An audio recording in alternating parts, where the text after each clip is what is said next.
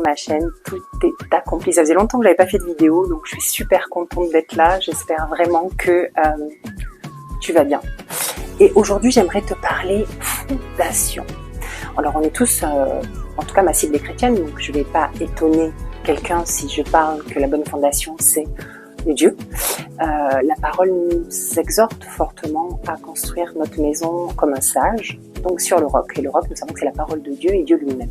Mais je crois que c'est un parallèle qu'il faut faire aussi avec notre entreprise et notre business, clairement, puisque c'est lui qui nous envoie dans ces terrains missionnaires-là, d'entrepreneuriat. Donc, je voudrais te parler, alors effectivement, on sait que Dieu est le centre et que c'est lui le roc, mais j'aimerais te parler de manière peut-être un petit peu plus concrète et te donner 5 clés pour te permettre d'accueillir cette mission, d'accueillir cette croissance qu'est la tienne et que tu mérites dans tous les cas. Donc, pour moi, les bonnes fondations, il y en a 5. Pour les avoir, il faut déjà creuser, prendre le temps de creuser et de bâtir aussi, mais de manière sage. La première clé, c'est la recherche. La recherche. Beaucoup d'entrepreneurs se disent qu'ils ont l'idée du siècle et ils se lancent sans même prendre ce temps de recherche-là. C'est une erreur. En prenant ce temps-là, tu vas te rendre compte que tu n'es pas tout seul à avoir des bonnes idées, qu'il y en a beaucoup. Et ça va te permettre justement de trouver le moyen où le Seigneur va te donner l'inspiration pour te démarquer et ne pas te faire avaler par le marché tout simplement. Et tu vas te positionner sur le marché de manière originale et authentique. Et c'est ça qui fera la différence. Mais si tu ne fais pas ce travail de recherche-là pour étudier ta cible, étudier les concurrents, étudier le marché, alors tu vas te lancer de manière presque un petit peu orgueilleuse, je dirais.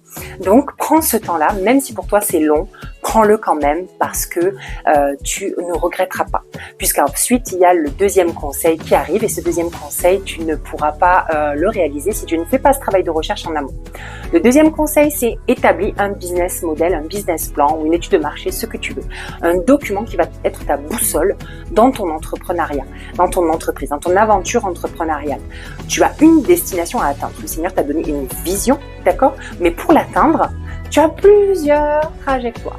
Et en fait, ce document-là, ça va être ta boussole qui va te permettre d'avoir la meilleure des trajectoires, adaptée à ton identité, adaptée aussi à la vision qu'il t'a donnée, adaptée à ton intimité avec le Seigneur. Mais si tu ne fais pas ce travail-là et que tu ne le mets pas sur un document, puisque même la parole nous exhorte à, si la prophétie tarde, écris-la. Donc clairement, ça veut dire que l'écrit, c'est même recommandé par Dieu. Dès que tu reçois quelque chose, tu l'écris. Et ce document, ça va finalement tout résumer. Tout ce que tu as reçu et la trajectoire et les stratégies. Ça va être vraiment ta boussole, ça va être ton couloir. Et si tu n'as pas ça, tu risques de te perdre parce qu'on sait que le visionnaire, l'entrepreneur, a des 10 000 idées à la seconde. Et forcément, s'il écoute toutes ces idées-là, il peut s'éloigner. N'oublions pas que l'ennemi se déguise en ange de lumière aussi, je le répète souvent sur cette chaîne. Et donc, évidemment, il va toujours essayer de t'enlever de ta trajectoire. D'accord ? Donc, clairement, on va pas prendre des sentiers épineux, on va rester sur l'autoroute que Dieu nous a donnée. C'est ce document-là, l'autoroute. Ok ? Ensuite, le troisième conseil que je te donne, c'est l'équipe. Oui, effectivement, tu es tout seul, tu vas te dire « Oh, j'ai pas besoin d'équipe, mais non, c'est pas pour moi, je zappe. » Non, écoute attentivement. Pourquoi ? Parce que tu ne vas pas pouvoir aller loin tout seul. Tu vas peut-être aller vite, mais à un moment donné, tu vas t'essouffler. Oui, tu vas clairement t'essouffler.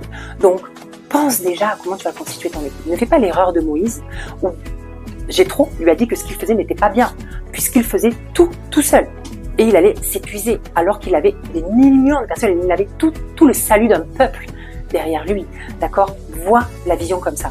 Et dis-toi que, même si tu n'as pas besoin de 70 personnes comme Moïse, parce que tu n'as peut-être pas 1 million de clients pour le moment, dis-toi que tu vas devoir quand même commencer à te décharger les épaules parce que Dieu nous dit que c'est un joug doux et léger, pas un fardeau qui va t'épuiser et qui va te faire abandonner. D'accord ? Donc vois ça comme, commence déjà à structurer ta façon de vouloir déléguer. Tu prends un prestataire, ou est-ce que tu prends un alternant, est-ce que tu prends un employé directement ? À toi de voir ce qui est la meilleure solution pour ton entreprise et ton business plan que tu as fait avant. Ensuite, je te dirais que c'est le Saint-Esprit qui va te guider. Il t'envoie les connexions et c'est de manière inspirée que tu dois recruter. À toi de faire le process de recrutement de manière inspirée pour que justement ces personnes, ces connexions envoyées de Dieu soient visibles au travers de ce process de recrutement. L'un n'empêche pas l'autre. Je ne te dis pas d'attendre que Dieu te les envoie. Ils sont déjà là. Fais les process quand même pour pouvoir analyser, voir qui il t'a véritablement envoyé. D'accord ? Ne supra-spiritualisons pas tout. Ensuite, ce qui est hyper important, c'est de se dire que Dieu regarde au cœur et l'homme regarde à ce qui brille.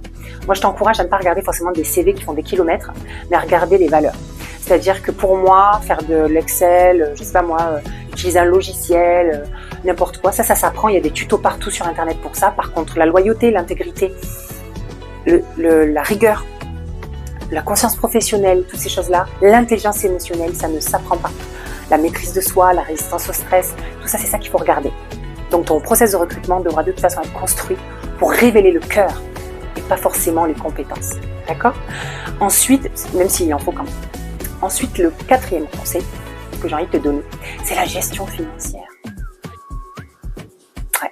Sois un Joseph dans ton entreprise, et je te dirais même sois un Joseph pour tes finances personnelles. Donc si tu pars de loin avec tes finances personnelles, réaligne-toi pour avoir une bonne gestion financière personnelle avant d'en avoir une professionnelle, parce que l'un ne va pas sans l'autre. Oui, effectivement, avoir des épargnes, avoir un fonds d'urgence, c'est essentiel. Avoir une trésorerie, un fonds de roulement, c'est important quand même pour pouvoir investir un minimum. Même si moi, quand j'ai commencé, j'avais pas énormément, mais j'ai pu vite acheter un autre PC quand même.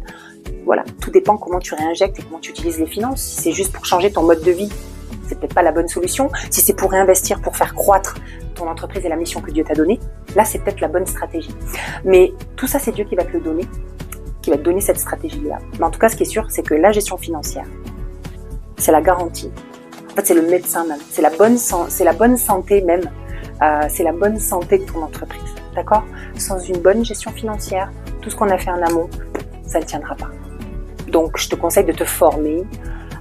Vous avez vu passer sur cette chaîne et entendu aussi Charlène, qui est coach en finances personnelles. En tout cas, c'est les secrets de la gestion des finances personnelles. Ça, c'est une de ses formations. Elle vous remet vraiment sur le bon rail. Donc, je vous invite je vous mettrai son compte Instagram et puis je vous invite vraiment à vous rapprocher d'elle. Mais sinon, après, il y a d'autres livres que vous pouvez déjà voir. Il y en a plusieurs, des livres des finances personnelles pour pouvoir peut-être pallier à un manque au niveau de l'éducation personnelle, de l'éducation financière, pardon, et puis faire en sorte que votre entreprise n'en pâtisse pas, tout simplement, parce que c'est pas votre entreprise, c'est celle de Dieu, qui est actionnaire majoritaire, n'est-ce pas ? Et puis le dernier conseil que je veux te donner, c'est l'adaptabilité. L'adaptabilité. C'est essentiel de s'adapter, de savoir s'adapter. Si tu ne t'adaptes pas, tu vas te noyer dans le marché, ça va vite. Ne sois pas fermé au retour, qu'il soit bon ou mauvais. Fais des questionnaires de satisfaction, essaie de te réadapter, essaie de regarder ce que le concurrent fait sans pour autant copier, mais t'inspirer, voir ce qui peut être bon à changer dans ton entreprise. Ne pense pas parce que tu as mis quelque chose en place, ça va rester comme ça pendant 20 ans, c'est faux. S'il y a bien quelque chose que tu dois avoir dans ton mindset d'entrepreneur, c'est ta capacité d'adaptation. Tu dois la déployer, tu dois la muscler. D'accord ? Oui, effectivement, ça peut être fatigant parce que des fois, c'est des virages à 300 degrés, mais tu te dois de t'adapter. Et Dieu aime ça. Parce que si c'est lui qui prend le virage, il veut que toi tu le suives, il veut pas que tu dises non, mais moi j'étais dans cette direction, je veux pas tourner. Donc, c'est essentiel que tu puisses rester dans cette capacité d'adaptation, que tu puisses te dire ok, ça matche pas, je vais changer. Ça ne veut pas dire qu'il faut tout remettre en question, mais souvent, en tout cas, je pense qu'il faut se poser la question de savoir est-ce que c'est utile finalement ? Est-ce que ça fonctionne ? Est-ce que ça on peut pas faire mieux ? Voilà. Donc j'espère que cette vidéo t'a vraiment aidé. J'aimerais bien que tu me mettes en commentaire ce que tu penses. Et puis, je te mets également le lien pour réserver un audit offert de 30 minutes avec moi. Ça peut que t'aider. En réalité, ça peut vraiment que t'aider parce que c'est gratuit. Ça me prend 30 minutes de mon temps, 30 minutes de ton temps. Et finalement, qu'est-ce que ça va faire ? Ça va te permettre de voir si tu es